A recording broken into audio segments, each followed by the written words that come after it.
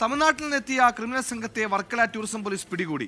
നിരവധി പിടിച്ചുപറിയും മോഷണവും വധശ്രമ കേസിലെയും പ്രതികളായ പ്രായപൂർത്തിയാകാത്ത കുട്ടികൾ ഉൾപ്പെടെയുള്ള 5 അംഗ സംഘത്തെയാണ് ഇന്ന് രാവിലെ പിടികൂടി.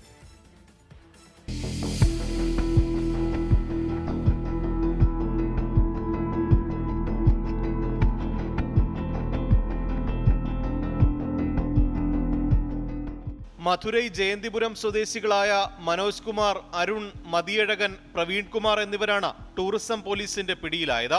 തമിഴ്നാട് പോലീസ് പ്രതികളെ പിടികൂടുന്നതിന് തൊട്ടുമുമ്പ് ഇവർ തമിഴ്നാട്ടിൽ നിന്നും കേരളത്തിലേക്ക് കടക്കുകയായിരുന്നു.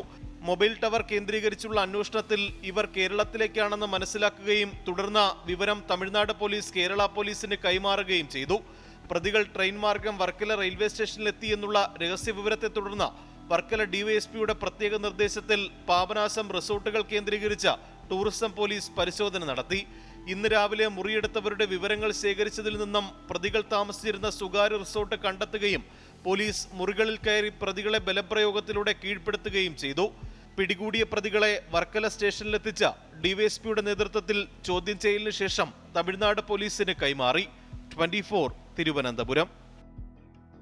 ലോകത്തെവിടെയായാലും ഏത് സമയത്തും 24 വാർത്തകളും ഓഗ്മെന്റഡ് റിയാലിറ്റി പാക്കേജുകളും എക്സ്പ്ലെയിനറുകളും വിശദമായി കാണാൻ ഞങ്ങളുടെ യൂട്യൂബ് ചാനൽ നിങ്ങൾക്ക് സബ്സ്ക്രൈബ് ചെയ്യാം.